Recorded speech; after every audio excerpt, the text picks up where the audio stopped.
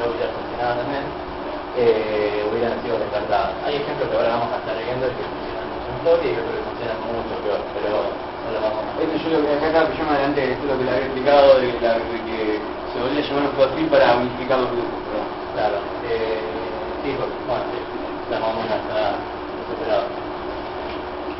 No hay mucha ciencia para esto. Una vez que todos los limitados de un grupo, ya sabemos por descarte cuál es la cara. ¿Por qué? Porque si por ejemplo acá yo tenía una macetita colgando y no tenía tamaño de una cara, es simplemente descarte. Y más que está a un costado de la imagen. No es que hayamos sido homogéneos sino con eso, sino que cuanto más esto borrarlo, todo lo que sobra borrarlo.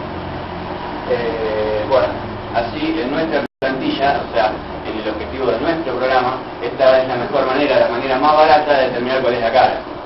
Cuando aparecen varios grupos ganadores, o sea, varios grupos que tienen la forma y el tamaño de una cara, y uno lo es y el otro no lo es, la forma de identificarlo es aplicando una plantilla. ¿Cómo se hace esto de aplicar la plantilla? Acá se nota penitas, no sé si alcancen a ver, que se suelen, muy seguido, es muy común que se suelen marcar los ojos adentro de una, después de este proceso. Bueno, la plantilla se aplica haciendo coincidir una especie de óvalo que tiene como dibujado dos ojitos, como una máscara, con esos dos puntos, con esos dos ojos. Entonces ahí vamos a eliminar muchísimo más la posibilidad de haber agarrado cualquier otro objeto que no sea una cara, aplicando una plantilla.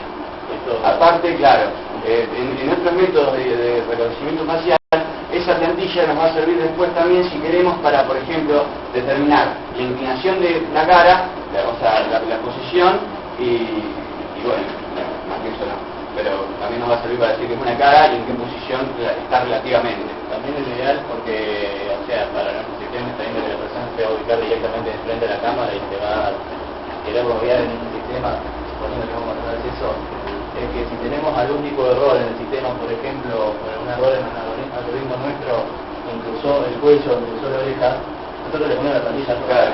O sea, ponemos la tapa y recortamos lo que sobra. Eso es una vez ubicado los ojos efectivamente y descartado que no sean las cejas o cualquier otra cosa. El uso de la plantilla es cierto, también nos va a permitir descartar las otras partes de la persona que se hayan considerado aparte de la cara, como el cuello, las orejas. Toda esa primera parte del proyecto viene al caso de recortar la cara, simplemente. Pero no es que no sea importante, yo podría haber mandado la foto entera a mi sistema de reconocimiento facial en sí, digamos, a la comparación, y comparando toda la foto y buscar toda la base de datos. Pero no puedo estar comparando, o sea, cuanto más preciso sea el recorte, cuanto más detalle deje de lado que no me van a servir para reconocer a una persona, por ejemplo, este tipo de conozco, pero si hago así, yo no sé qué es la oreja de avanzando. Entonces esto lo debería dejar afuera. Esto lo debo dejar afuera porque no lo quiero usar para compararlo a la persona. Obviamente todo lo que sobra fuera de la imagen tampoco. Entonces cuanto más preciso sea el recorte, menos va a ser el cálculo computacional de la comparación con toda la base de datos que puede tener millones de registros. Por ejemplo, una base de datos de criminales de todo el mundo o ganadores. Esta base de datos tiene esta grabación en internet que es algo así como 2 GB y tiene algo así como, creo que ya la 28.000 imágenes. Una cosa que es una galería pública de gente famosa y no tan famosa y tiene de cada persona varias Está sin procesar. Después, para el armado de la base de datos, para futuras comparaciones, también hay para descargar algunas galerías que están estandarizadas dependiendo de los distintos métodos de reconocimiento facial que se pueden conseguir. Las mejores, por supuesto, no son gratis, pero se pueden conseguir cosas muy lindas. El problema es que algunas están estandarizadas de un modo, otras de otro, y lo que nosotros nos haría falta para hacer algo recontra eficiente sería algo que esté recontra estandarizado de varias formas. Después voy a explicar más adelante cuando vayamos a la parte de las imágenes y la base de datos. Tenemos idea, pero estamos con Sí. bueno, digamos, eso no es un fantasma, pero eso no se me ocurrió siempre que lo vi. Bueno. Vamos un poco creativos porque para hacer esto no sé cómo explicarlo. La idea de esto, sí, acá fíjense que cada uno de estos rectángulos horizontales, de estos 6, son en realidad la misma persona con distintas expresiones. No es criminal, no es sentar a un criminal a hacer moriqueta frente a una cámara, sí sería lo ideal para lo que es el entrenamiento. ¿Por qué? Porque lo que estoy haciendo acá es un vector de por 2 por 1,3 por 5, o sea, un vector de 3 dimensiones con distintas caras de cada persona. Cada ítem de este vector es una persona y las consecuentes dimensiones tienen distintas dimensiones de las mismas personas. ¿Para qué? Para que no importa cómo se ponga la persona fuera de la cámara, yo le diga así, yo te conozco, vos sos fulanita porque estás así. Pero si justo el empleado quiere entrar a la fábrica, no sé, pero después la mujer y tiene triste, capaz que se pone así frente a la cámara, ¿entendés? O, no sé, está enojado, o contento, etcétera, etcétera. La idea es tener un registro para cada una de las expresiones más comunes de la persona. Después el resto de las expresiones que pueda llegar a tener son mezclas de todas estas.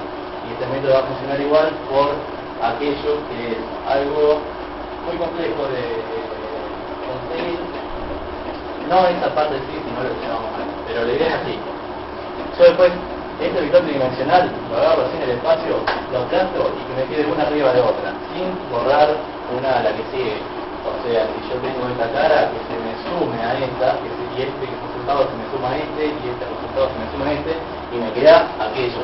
Y este y aquello es una especie de combinación de un montón de fotos. Se puede dar cuenta que en una de las fotos tenía anteojos, en otra de las fotos tenía los labios o la pera un poco más arriba, en otra más abajo, etc.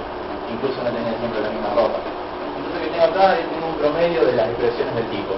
Y eso es muy importante porque, bueno, ya lo dije, como esté una coincidencia. Para aclarar que esto no es lo que se podría decir una representación gráfica y la más acertada de un Eigenfaces. ¿Y eso qué es? Eigenfaces. Que es un vector que se logra a partir de esto, que es a partir de la combinación. Claro. Lo bueno de este método justamente es que no usamos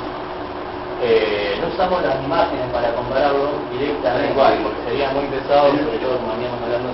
En una base de datos va a haber solamente vectores, matrices que van a representar el ejemplo. Creo que está nombre, ¿no? Porque te veo muerto. Te morí. Bueno, ¿qué es lo que tiene este método? Este método lo que tiene es que no es infalible, depende mucho de lo que es la variación de luz, o sea, en cuanto a brillo y contraste. Esta galería, por ejemplo, está normalizada, son todas fotos sacadas bajo las mismas condiciones de luz. Sí. Hay un ejemplo que se hizo famoso en Europa, que recién están empezando a probar un método de seguridad, es que no era suficientemente efectivo. Por ahí una persona pasaba por debajo de una cámara y no la reconocía, y después se hacía más tarde, bajaba el sol, la luz era más cálida y lo reconocía bien.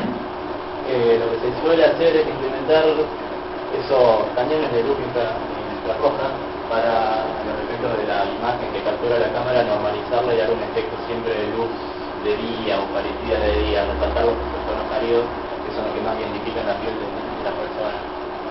O sea, eso como comentario al margen de que no es solo que no es infalible, sino que hay mucho que hacer al respecto, y que lo que estamos viendo hasta ahora es la lógica más cuadrada, pero para que sea absolutamente genérico y funcione siempre, de acá hay que complejizarlo muchísimo más.